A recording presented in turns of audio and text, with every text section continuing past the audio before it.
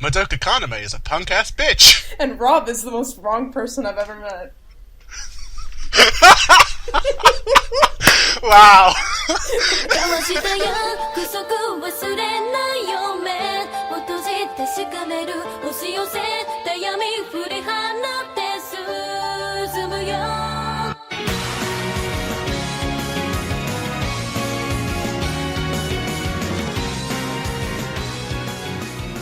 Hello everybody, and welcome to Walpurgis Cast. I'm your host Rob. And I'm your host Celine. And we're just going to talk shit about Madoka for like 50 minutes. Oh my god. We made this podcast to basically hyperfixate on Madoka for 50 minutes per week, or however long we decide to make this. Hopefully it will be a listenable amount, and you won't literally die of boredom. Oh, Though yeah. we might just keep doing this forever. This might just keep going until we're like 40. Yeah. That's how much you could talk about this But- godforsaken show that has not removed its claws from my hips. Oh god, yeah. Yeah. Should we talk about how we both found the show? Like... Yeah, sure, and then we could talk about, like, what our plans are for the podcast, if this ever goes anywhere. Right. Do you want to, like, go first? Because mine's, like, a little bit spoilery, and I'm still trying to figure out how to word it without, like, major spoilers. Alright. As I've said before, my name's Celine. I watched Madoka in January 2013, and I have not known peace since that moment in my life. I basically hyperfixated on Madoka for 2 years straight. After that, I ran a witch Ask blog called Ask the Puella Witches, where most people kind of found me, because I was the biggest witch stan you'll ever meet. I tricked several people into watching it without telling them what actually happens in the show, and people, reacted accordingly, and sent me threatening messages. And, I also once played the Madoka Magica drinking game. That was something I did. That was... It's Kyoko! Yeah, when Kyoko appeared on screen, me and my friend began chanting her name very loudly because we were so excited. And, then I kind of dropped out of the face of the earth from the Madoka fandom for, in, like, late 2015-16, and then I came back because I downloaded Magia Record. It was the worst decision of my life. Don't get this game. It's so cruel. I've been playing since March, and I couldn't get Kirika yet. Like, what is this? They don't even know who Kirika is at this point. It's okay. You'll know who Kirika is. I'll drop, like, subtle intertextuality from Orika Magica so everyone knows who Kirika is by the end. Alright, how about you, Rob? Mine was from... I was on Tumblr, and I saw a GIF from the last episode, and it was one of the biggest spoilers, because it was about a certain character's wish that they make. Oh, shit. So oh, no! I literally saw it, and I was like, oh wow, that's like a really big plot twist. I'm gonna watch this show. And... That's so sad! And then I kind of... But it's actually... Madoka is one of those shows you can watch twice, because even though I knew the plot twist, I still could watch it, and I know that, like, if you watch it a second time, it's like... Yeah. That's why they did that. Have you... But, how many times have you watched Madoka, Rob?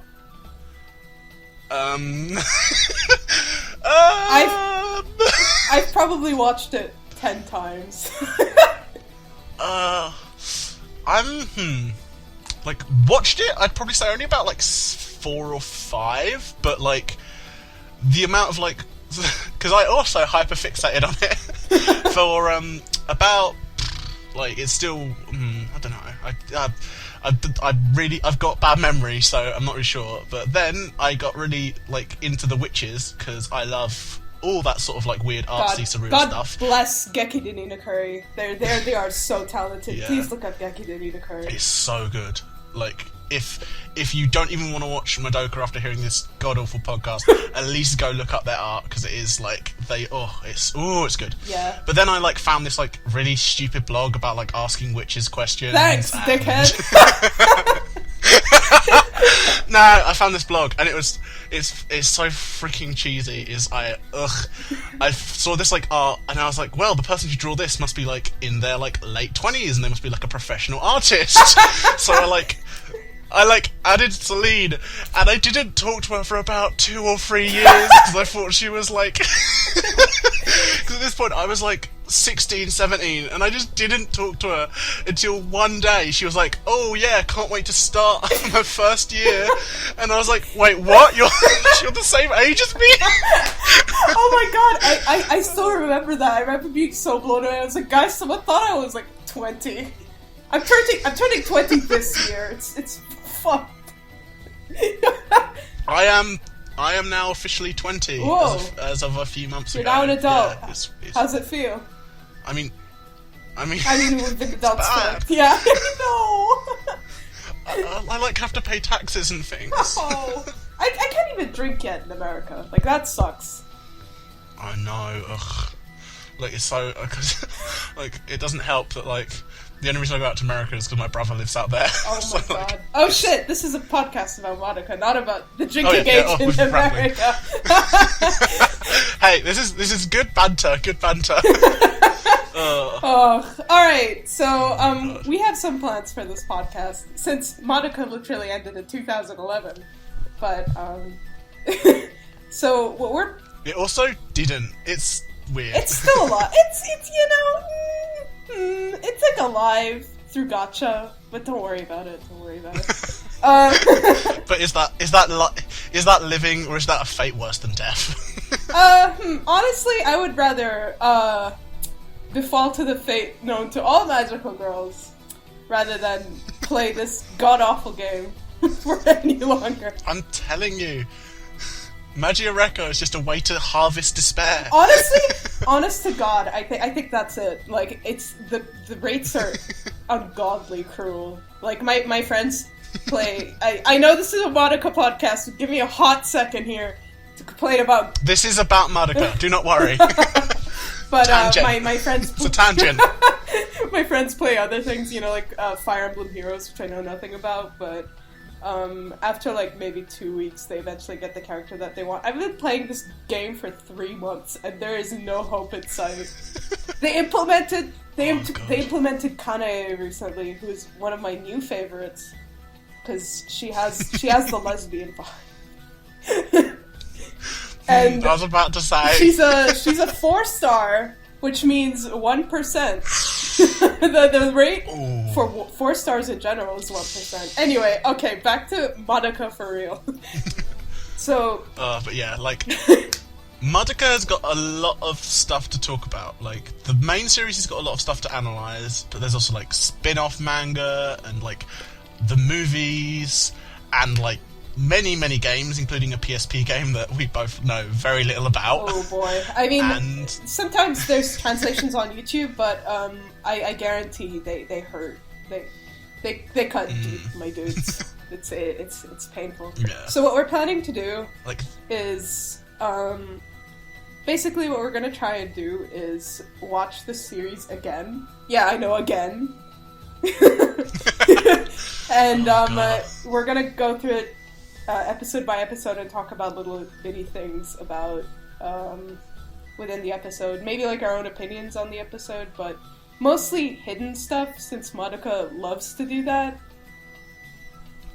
Like again, the art, like the witches' barriers. There's so much stuff. We can't really explain why without spoilers, because this one is going to be, we'll say, this is the only one that we're going to try and be spoiler-free. After this, if you want to listen to the rest of our podcast, if you think our weird rambling actually sounds funny or interesting, we highly recommend you watch the show before the rest of this podcast. Yeah, otherwise you're going to get two dorks who've been hyperfixated on this show since 2013, screaming about something you don't understand. Please don't just listen to this one, hyperfixate it on 5 years, then come back and listen to the rest of the podcast. You have to Please just... You have to hyperfixate or else. Like, you can't be casual about this. We're on the nth level here. We're on the Monica brain cell here.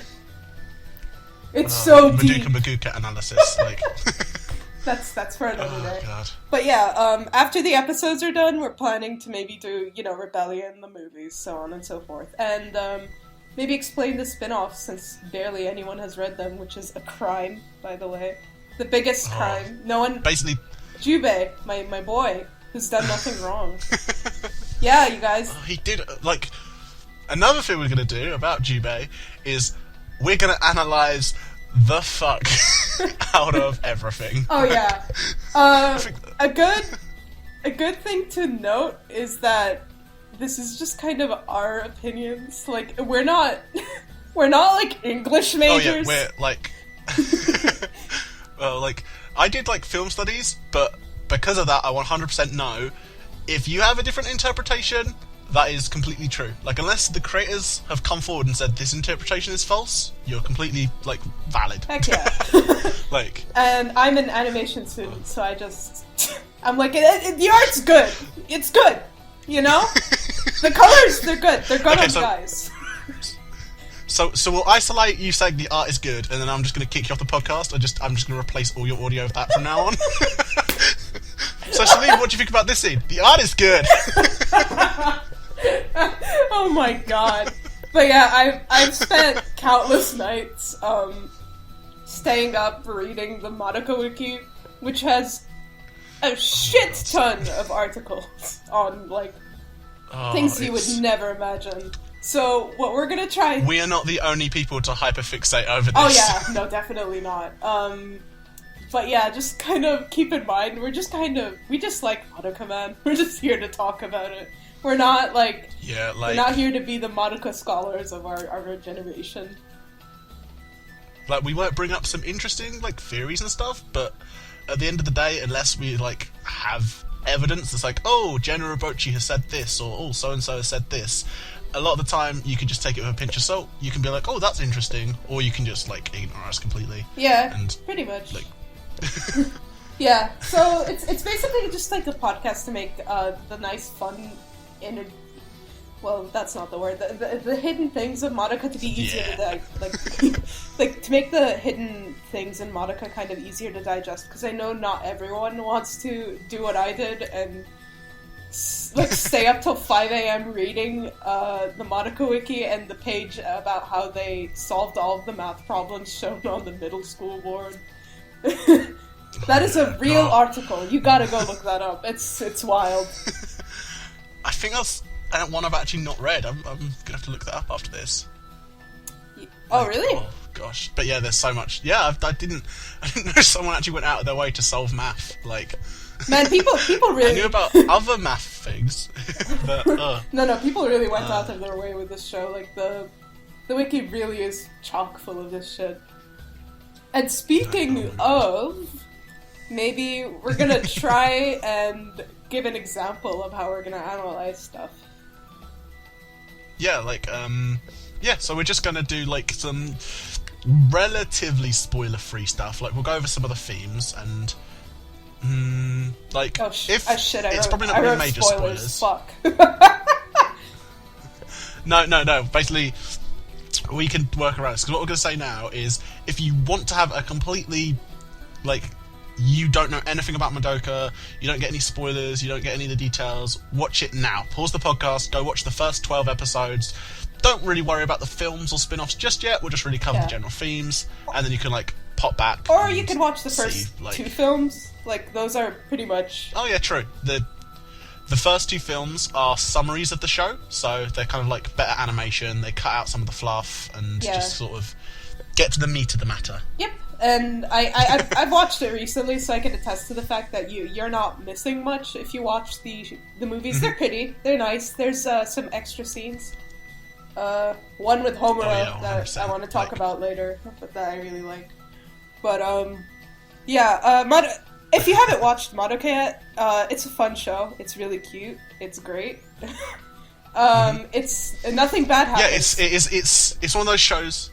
it's basically one of those shows which is like so cute and happy, and then it stays cute and happy throughout, and it just has this like really underlying message of like happiness and stuff, and like you really get to see these characters' personal growth. Yeah. So we 100% you recommend go listening to it now. You've come back after watching it, and you now hate us for lying to you. But yeah, it's not a happy show. Yeah, it's who would have guessed? Wow, who'd have thought? Actually, here's a fun fact. They really tried hard to hide the fact that Geto Urobuchi was on board for this show. They really did, but there were some leaks on April of 2010, I think. They leaked that Geto Urobuchi was on the staff, and people were like, huh, is he really gonna... Because he's well known to make everything crazy sad and, like, just tragic. The worst. Did you know this is gonna, like... He actually intends... This is how, like, sad Gen Urobuchi is. Not, like how much he makes things sad. He legitimately believes Madoka is his most heartwarming piece of media. Wait, for real? Are you... Yeah, like he was saying, like he was aiming to make something heartwarming. So this is like Jesus Christ, man. Okay, I mean, yeah, I can see where he's coming from with that, because honestly, people say Madoka like has kind of a hopeless ending, but I saw it as kind of hopeful. I don't know. Yeah, it's like the whole debate is that this is a little mini analysis here. A lot of people say like Madoka is an animal, An animal, a magical girl. Yeah, people actually think Madoka Magica is an anime. What weirdos. Anyway, they say Madoka is a magical girl deconstruction anime, but you could argue that it's actually just a magical girl anime, because like a lot of the stuff in it, while it's a bit darker than most, is pretty much like it has a quote-unquote happy ending. Like it's a sad end, it's bittersweet, but it's still like technically good has prevailed, so you could argue that it's actually just a darker magical girl anime. Like up to episode 11 it's 100% a deconstruction, but where you get a semi-happy ending, like it is... Yeah, that's the thing about the show. You can argue a lot of stuff about a lot of things. Yeah, it's that's the fun part. That's why we're making this podcast, so we can scream about it. But yeah, like 100%. We're probably going to get to a part, and we're going to say like completely opposite things about a scene, and we're probably just going to be like, okay, let's just agree to disagree. Yeah, we're gonna because then we're gonna meet up in real life and die by each other's hand.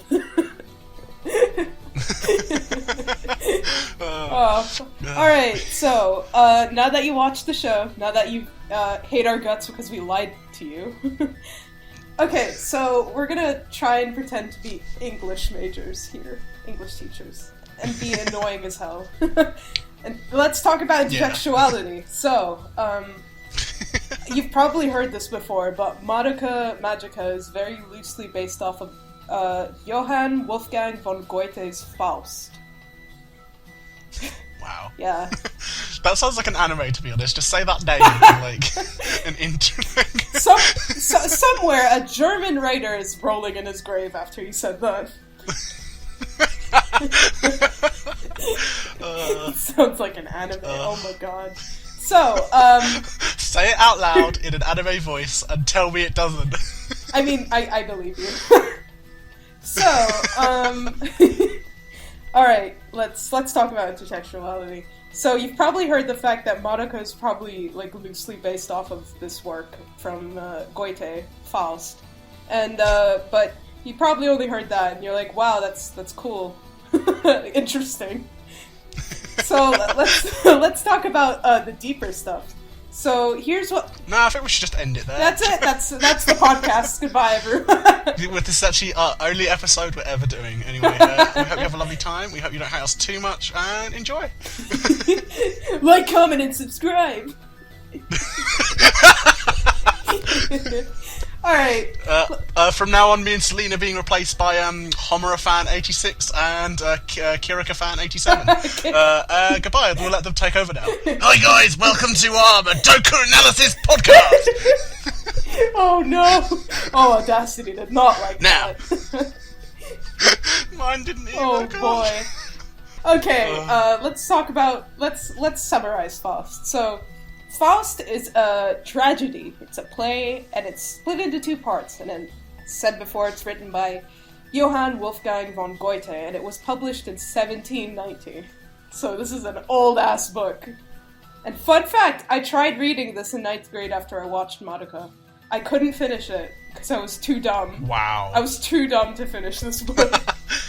So, this analysis, I'm gonna admit, I got a lot of help from Cliff Notes, from Puella Magi Wiki, speculating on the intertextuality of Faust. Thanks, guys. So, it's about a scholar. His name is Dr. Heinrich Faust, who is really unhappy with the way his life is going. He thinks he's reached the end-all of knowledge. He's an alchemist, he's a scholar, and Mephistopheles, I think he's the servant to the devil, he's not the devil himself. He gives him a wager he offers him a deal. He promises to serve Faust and give him a moment of transcendence. And if Mephistopheles wins, he takes Faust to be his servant in hell. Faust says, alright, and shenanigans ensue.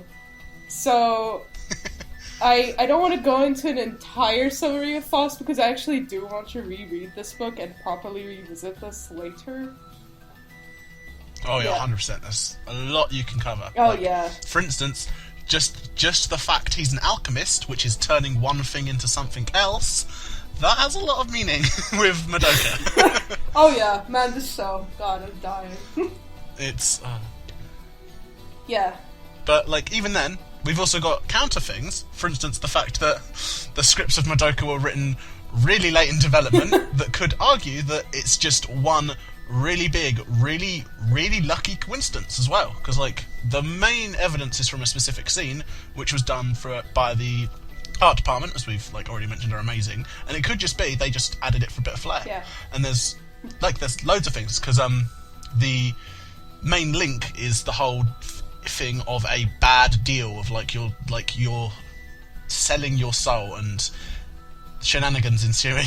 Actually, and here's a fun thing. The very first scene in the show, the first shot is a title card with the runes writing Prologue in Himmel, which is the name of the prologue of Faust. And within the Faust prologue, it's Mephistopheles and the Lord arguing about Faust himself, and creating a wager that Mephistopheles could tempt Faust into sin and evil. While in Madoka, it's Madoka and Kyubey talking about Homura.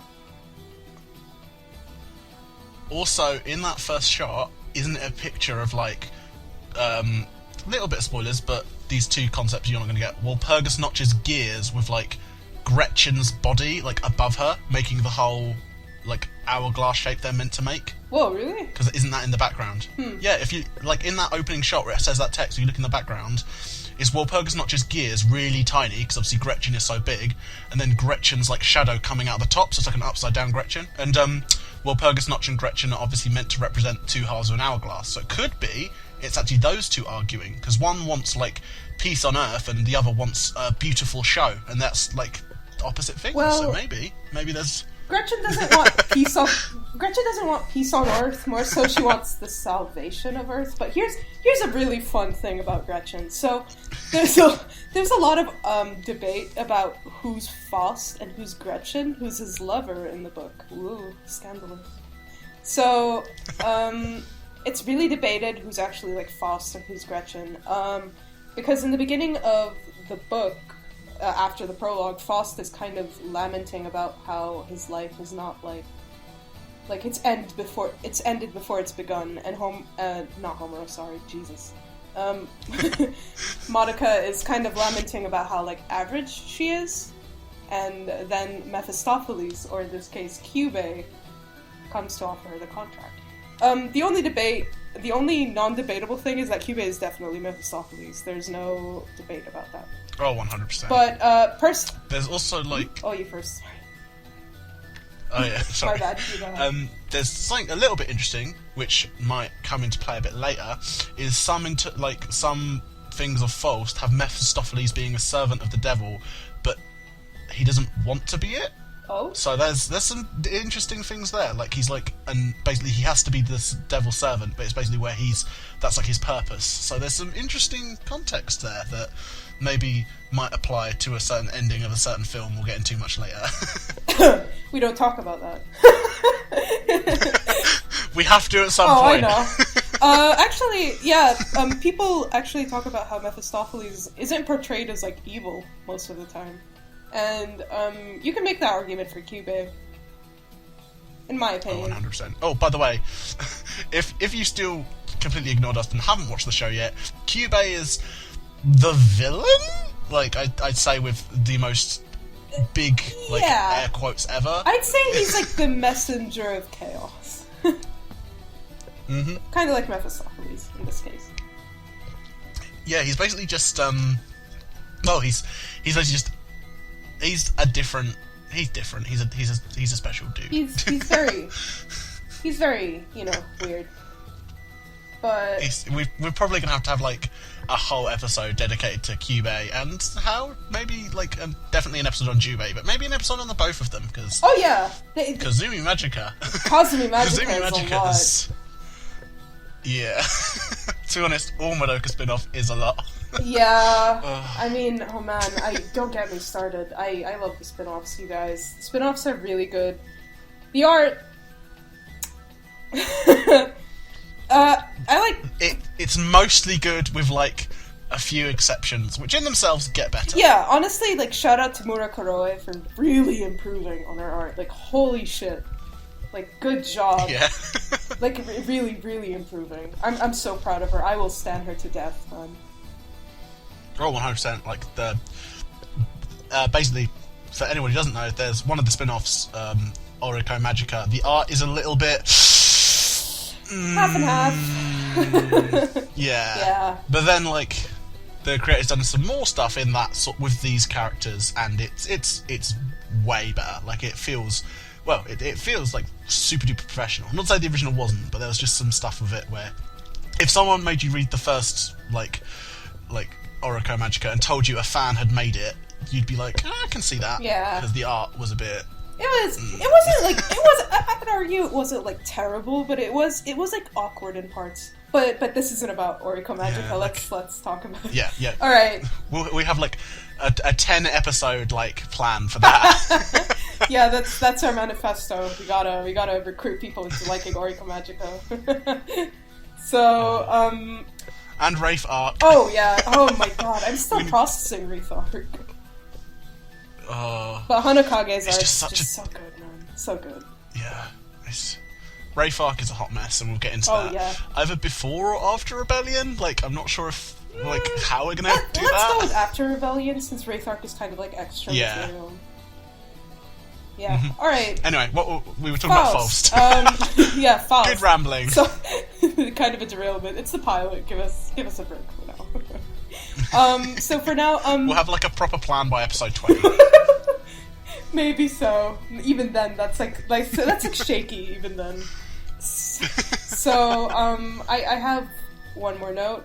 I have more, but I don't know if we have any more time. But I personally think Homura is supposed to be Faust in this case. I 100% agree with you on that. Yeah, like people argue if it's like either Madoka or Homura, but I think it's Homura because of the ending of Goite's rendition of Faust Part 2. Because Faust is given permission to enter heaven despite his contract. He's done a lot of shit at this point. It's really bad. It's bad, but he's given permission to enter heaven anyway, as a reward for his endless striving towards knowledge. Quite like someone else.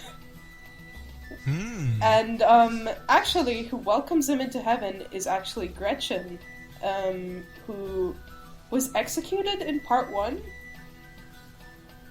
Jesus. Yeah, this play is sad. It's a tragedy. Gretchen's kind of ecstatic to see that he's been saved, and she welcomes him into the higher sphere of heaven, which is much like what Madoka does. in a certain movie. In a very, yeah, that happens. Yeah, they go to heaven. They're happy. Don't worry about it. And at the end of the original Madoka Magica manga, it ends with her taking Homura into heaven. Oh yeah! Oh my god, I remember that. Oh, I love that ending. Yeah, because it's like a big there's also probably gonna be like, depending how much we can really find, either like a mini-sode or a whole episode to like differences in the manga, because there are some big ones and some minor ones. Oh, for sure. Oh yeah, man, the manga has a lot. The manga's really good though. I love the manga. Especially Kyubey. Oh my god, they did Kyubey so well in the manga.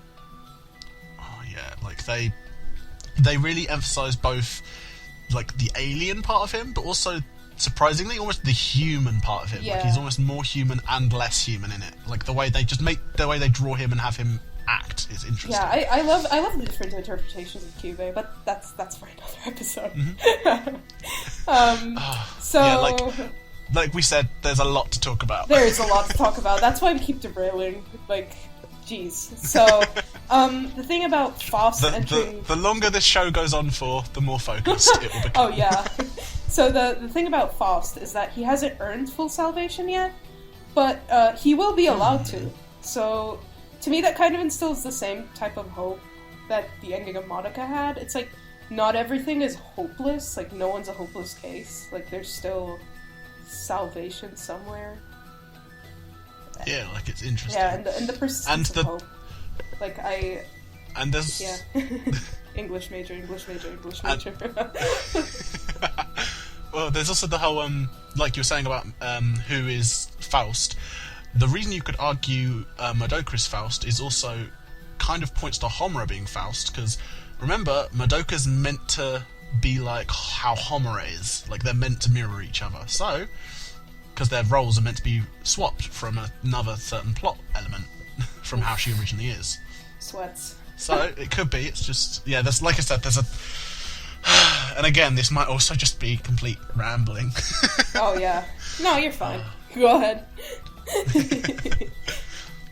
But yeah, but then there's like even with this whole thing of Faust, there's also other influences as well. Like there's a big emphasis on chairs with Madoka, and there is let me double check. It's called I'm gonna completely butcher this pronunciation, but I think it's Bokurano is a manga, and it has a big emphasis on chairs, which is, again, this is your final chance, because just explaining the plot of this spoils Madoka, because it's like Madoka definitely takes like inspiration from this. It features, I'm reading a summary someone's made, it features a small white-coloured mascot representing an alien race beyond human comprehension. The aliens involve the main characters, mere school children, in a series of battles in which those chosen by the aliens fight monstrous creatures, which, spoiler alert, are actually robots piloted by other humans. So they're fighting monsters that actually are humans. Very interesting. And the big deal is, they fight these monsters by piloting mechs, and to pilot these mechs they have these like special chairs, and there's a big deal where when a character dies, their chair remains. So that means that like there's a lot of empty chairs, and there's like a big thing with Madoka where she has this conversation with Kyubey, and she's surrounded by these chairs that constantly go filled with stuffed animals, and suddenly they're empty, and suddenly they've got animals in them, and suddenly they're empty. And they all look very similar to the ones from Bokurano. So it could be that Madoka's just Gen Urobuchi's, like, everybody lives AU of that. Oh my god. Wow, I actually didn't know that. Holy hell. That's really... Because I was just researching the chairs, because like everyone says, oh, the chairs in Madoka's bedroom represent alien species, blah, blah, blah. And I just stumbled on this one, and it's like, it seems to have a lot of evidence. And like even the end of Bokurano ends with a girl being forced to basically give up her life for the sake of the universe by this white character, this white-haired like mascot character. So it's kind of it's really interesting. I'm tempted to read it and see if there's even more similarities than that, because it's definitely maybe we could have like there's like other intertextuality things with Madoka. Maybe we could have like an episode dedicated fully to that. Oh yeah, 100%. Oh yeah. Like, I have other There's a lot. I have other things, but I think this is kind of running a bit. Yeah, we'll like edit this down. If this is too short, this is too short. If this is too long, this is too long. But that was the first episode of Walpurgis Cast. Whatever this is. Next time, Yeah. presumably, we're going to be talking about episode 1 and the little hidden things and behind the scenes stuff. Yeah. And we'll just really, like I said, that we'll go over spoilery things. So if you're listening to this and you still like are confused and lost, watch the show, because we're just going to outright state some spoilers now. Oh yeah, we're gonna by the end of this, like, I mean, now that we've already spoiled a shit ton of the show for you, this is your final warning that the rest of this podcast is going to be insanely spoilery. Like, this is a podcast meant for people who have watched the show. Like, I don't even think we've spoiled the big twist yet, I don't think. So yeah, we haven't spoiled watch the show. The biggest thing, like the messed up part, like, quote unquote. Go watch the show before you listen to the rest of this podcast. This podcast it's a good show. It's very good. It's great. I mean, people really overplay the fact that it's like dark and they're like, it's edgy, you gotta watch it. But I think you should just walk in with an open mind and just like enjoy. Yeah, like, we won't say it's the most amazing show ever, but we'll say it's a good show. Yeah, I mean, if we hyperfixated on it for 5+ years, it's pretty good. So maybe you'll hyperfixate on it too. Who knows? And if you don't like the show, maybe you could just like keep listening to our podcast anyway because you like us. Please. If you enjoy banter between us. Two very strange people who are like literally in opposite countries. Like, oh yeah. I'm like I'm like dying in the heat in Jordan right now, and Rob is in the UK enjoying very nice weather. So. Yeah, but I am lying on a floor because barbecue season. I suppose. So there's a. I guess we could call this an episode. Yeah. So yeah, go enjoy Madoka Magica, and if you ever want to die for the sake of the universe, call us. We'll be waiting.